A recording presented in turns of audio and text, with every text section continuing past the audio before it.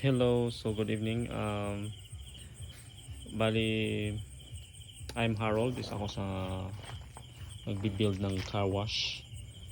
So ang address ko dito ako sa may Dilapas Banati, Iloilo. Um, this one is pang 8 na unit, yung sa likod, mo yung pang siyam. So may subong ang gina spread ko nga car washan.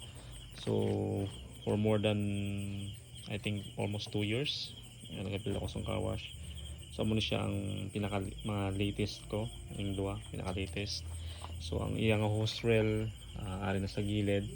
So ang purpose nga na siya sa gilid kung i-separate mo abi siya kag mobile ang imong sumabudlay siya sa fixing sa idalom. Tapos medyo costly kung i-separate mo siya nga naka-box man siya. So what I did is nakatapik siya. Pwede man na siya ma-detach.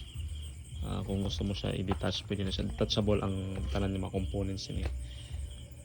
May 20 meters ini siya nga hose. Tapos ang nozzle niya is adjustable man. Amo ning isa foam niya sa foam system niya. So both sides ini siya duwa ka bilog siya so upgradable ini siya klase ng so mumuning iya nga sa tubig, then ari ang siya sa pahangin sa air niya. So ini siya nga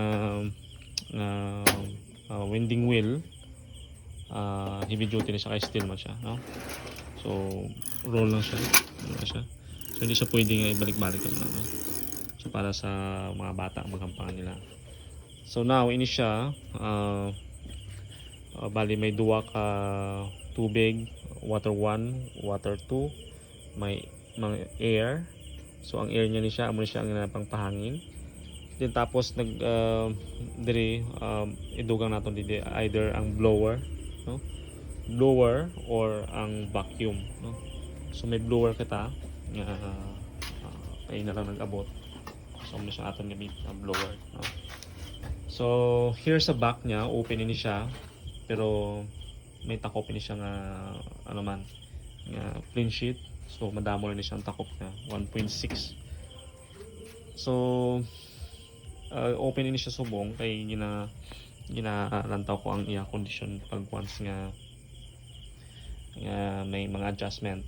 So ini ang iya nga component, may isa ini siya ka belt type. At the same time may ara siya nga wala siyang belt surfly siya, amo siya isa. Okay, so duwa ini siya ang tubig niya. Ang source ng tubig dali nagalin. Okay, so ini siya connected siya sa Nawasa. So naka-connect siya sa Nawasa. May ni siya, may tawag na metro.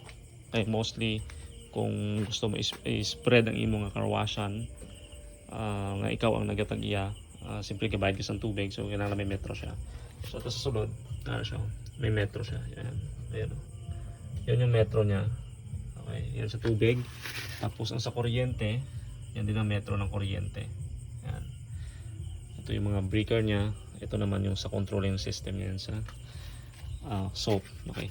Ang feature nito ay duwa ang gingamit nga mo siya kay kung isa sa workload kung isa lang ang imong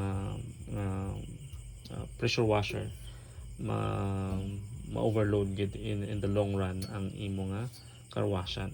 So since nga mo-overload siya, most likely mag-down ang imong tubig, so mas stop ang imong operation. So not medyo but wala sang maghugas. So kung wala sang maghugas, wala sila sang gamiton, there is no income nga magsulod sa imo nga negosyo. So nagdagdag ako sini sa amo sini para ma-compensate ang ma-extend, ma-prolong ang tawag nga condition sang imong mga machine. So amo na siya sa tubig nga type ang iya naman sini nga habon sa foaming niya, may foaming kita amo ni iyang dire ang iyang habon nasa 20 liters ini pero mga 18 liters ang habon sini. So dugay na siya maubos. hindi ka na mag-mix kay naka-auto system ini siya ang klase sininga mo nga habon, so hindi mo kinahanglan maglugay.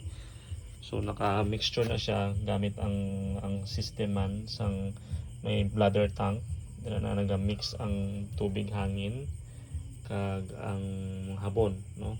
So pagwa niya magwa na dito pa yan dito.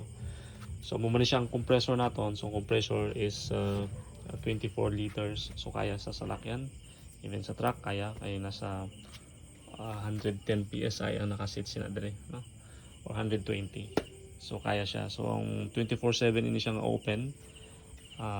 Tapos ang sa aton nga coin slot, except sa mga peso, pwede ang peso sa sa tubig, no. Ang tubig pwede ang peso, 5, polo, old anyo kag 20. So pwede siya. Then ini siya nga box. So ano siya ng 1.6 ano siya. So ginhimo siya nga steel amo siya tungod sa para at least maiwas sa takaw, no.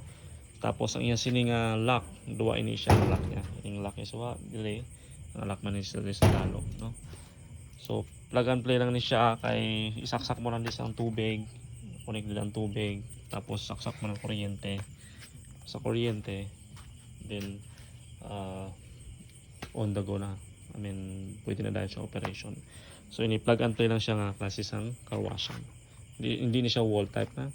So bali kung may pwesto ka, area ka na, i-carry lang ni siya, then tapos ibutang dito, saksak tubig, saksak ang kuryente. So as long ang tubig mo is may pressure, so hindi na siya may pressure, no. So when it comes naman sa maintenance niya sini, siyempre ini siya mga gamit may limitation man. Pero tanan nga gamit sini pwede siya available ini siya, no, replaceable ini siya, pwede ini siya ma-order so online kag ang iban sini ara man sa aton nga palibot, no. So amo na siya ang features ng aton nga car washan nga 5-in-1, pwede man ini siya 4-in-1, no. So actually ang 4-in-1 amo na siya 4-in-1, this nag-range na siya sa 85,000. So kung magpapasad ka mo sini siya, ang ini siya nga range nag-range ini siya sa kung madala ang vacuum 110, pero kung wala ang vacuum, imo ang vacuum, nagka-range na siya sa 90,000. Okay? So pero kung gusto mong pupasad diri siya, ang kinahanglan lang is mag-advance ka 60% kay order ko na siya ang mga materials. So pag once malapit na matapos, amo na pag full sang payment. Pwede man kita ka-deliver kay may naka-tie up kita nga delivery company, siya ka Will Cargo sa Iloilo. So all panay pwede kita ka-deliver, no. So regarding sa ano niya sa kung pila, depende sa kalayuan. Okay? So kung may gusto niyo mag-coordinate, mag-comment lang kamo, then tapos share this video, no? Very important i-share nato ng video ini para at least makaabot man sa mga tao nga nagkinahanglan.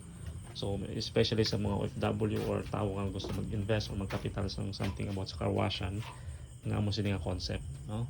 So sa likod niya amo ni ang aton niya pang sham nga gina-build subong. Then ari na, so may gamay na lang aton nga ibuno man sini. So that's it. God bless everyone. Ako gali si Harold, no. So dili na ako nag-start sa Dilapas Banate. Okay? So kung may mga question ka mo, mag-comment lang kamo or mag-direct contact kamo sa akon nga na contact, i-post ko lang niya ako na contact ang details kung din kamo pa-visit sa akong location. God bless everyone and salamat.